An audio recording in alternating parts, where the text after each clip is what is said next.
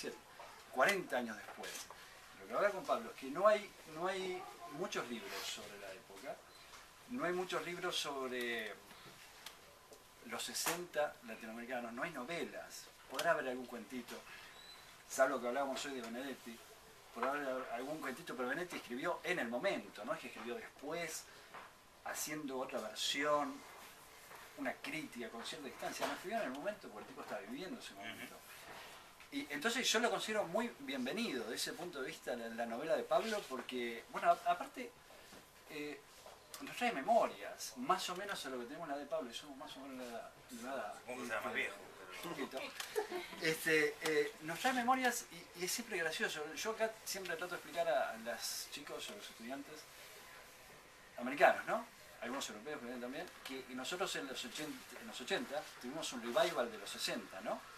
Que fue un poco gracioso cuando uno mira ahora, ¿no? Pero en el 84 yo podía ver a las chicas hippies, a los vestidas con ruanas, porque volvieron todos los exiliados,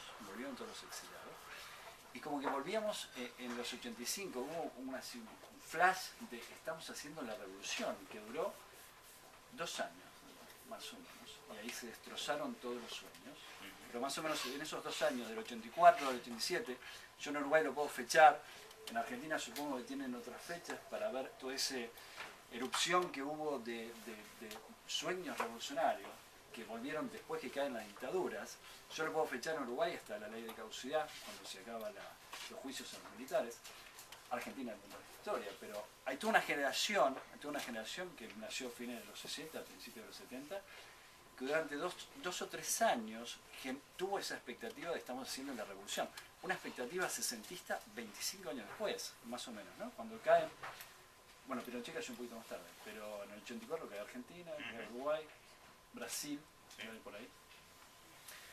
Entonces digo, me trajo muchos recuerdos y básicamente dentro de los personajes que hay en esta novela, por ejemplo, hay un personaje que se llama Julián, que es el hermano de Lautaro, son dos personajes, Julián y Lautaro, que en la novela gira alrededor de ellos dos, son dos argentinos. Julián vive en Buenos Aires, Lautaro vive acá en Nueva York, muy cerquita de acá.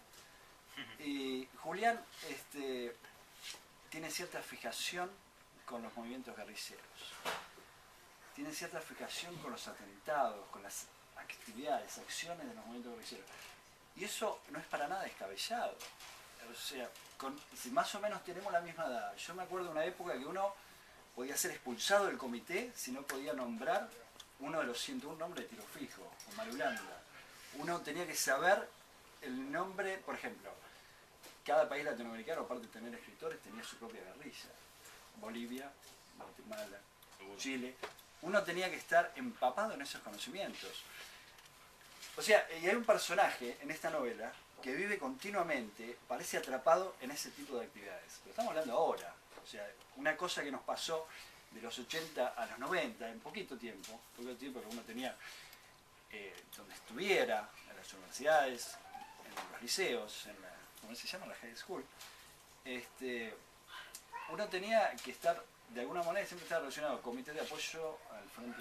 Acá está bárbaro porque nadie habla, entiende mucho en inglés, y los chicos acá, entonces que nadie se persiga, pero verdaderamente uno participaba en los comités de apoyo de la Revolución Cubana, el comité de apoyo del Frente Sandinista, el comité de apoyo del Frente Farabundo, que era una época que lamentablemente, o no, pero por alguna razón, nunca quedó escrita. No hay una historia de esa época, de las actividades con la madre de Plaza de Mayo, que yo no sé, de los 80 a los 90. En los 90 es otra historia, pasamos, sobrevivimos esa etapa y básicamente hay una intelectualidad que está de vuelta. Una intelectualidad como Lautaro, por ejemplo, que es el personaje principal, me parece a mí, que se viene a Estados Unidos, por ejemplo, ¿no? Se olvida, no le interesa más. Ha habido un atentado en Perú, hay un atentado en donde sea. ¿Quién lo hizo? ¿Qué movimiento guerrillero se adjudica a la acción?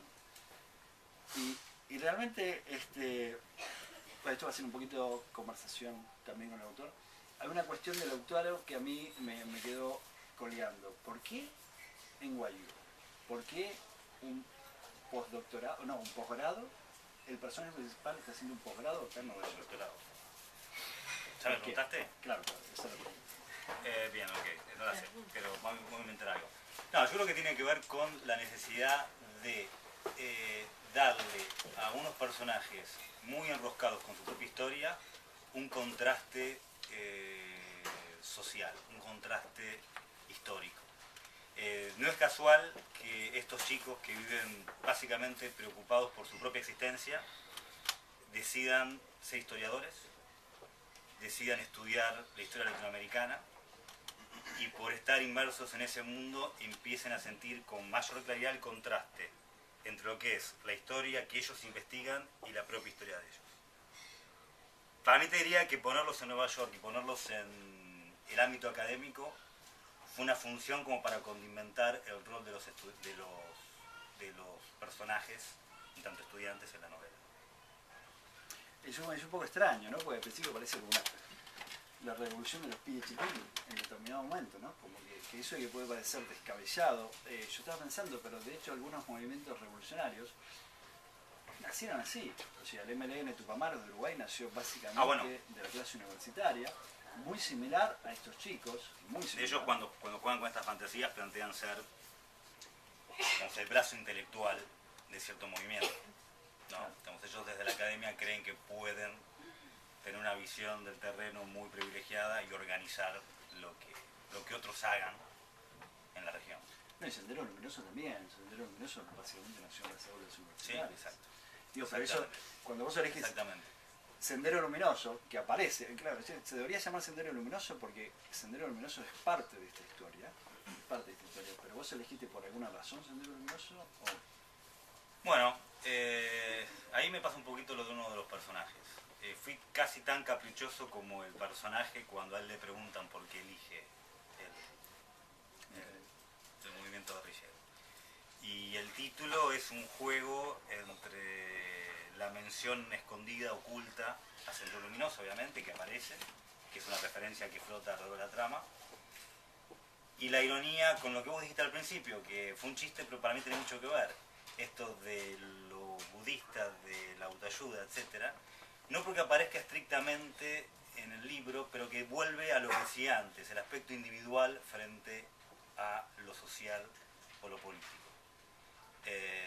Creo que la idea de un sendero iluminado le da un matiz más como subjetivo, más de su propia búsqueda, de la luz al final del túnel, de lo que ellos están buscando para su propia existencia, jugando con el título de un grupo que buscaba otras cosas. Por ejemplo, sí, yo creo que no, pero... Explícame por qué no, pero no, creo que no esto, no me entienda mal. Por ejemplo, si yo en vez de poner un sendero, ser Sendero Luminoso acá, uno de los personajes, ¿qué es? De alguna forma. Han sido los montoneros. O sea, ¿no podías haber usado los montoneros? No. ¿Por qué?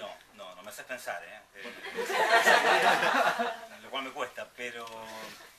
Bueno, por un lado el sendero luminoso para mí tiene una referencia... Un quilombo en vez de un sendero luminoso. Sí, tiene varios factores. Primero, ellos son argentinos y quería alejar un poquito el grupo de referencia para vender más, de la cotidianidad de ellos.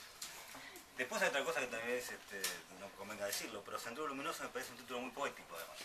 Es cierto. De todos los grupos guerrilleros, ellos la invocaron con el mejor título. Entonces también fue un homenaje a eso. Que en realidad no es pero vos le leaste un... Es Sendero Luminoso, la agrupación es Sendero Luminoso. Pasa que, bueno, hay un juego de palabras, entre el movimiento y el libro. Yo a veces me cuido también por no develar cosas que aparecen con la lectura, ¿no? Pero, digamos... Está el mismo maoísta por ahí la mano. Sí, pero hay una cuestión de... Y bueno, bien. Y eso por la parte porque hay dos partes, ¿no? O sea, hay dos partes, no hay dos áreas. Están los latinoamericanos, los argentinos, el peruano. Sí. Y después están los americanos, ¿no? Las americanas. Son dos chicas, Grace y Sara.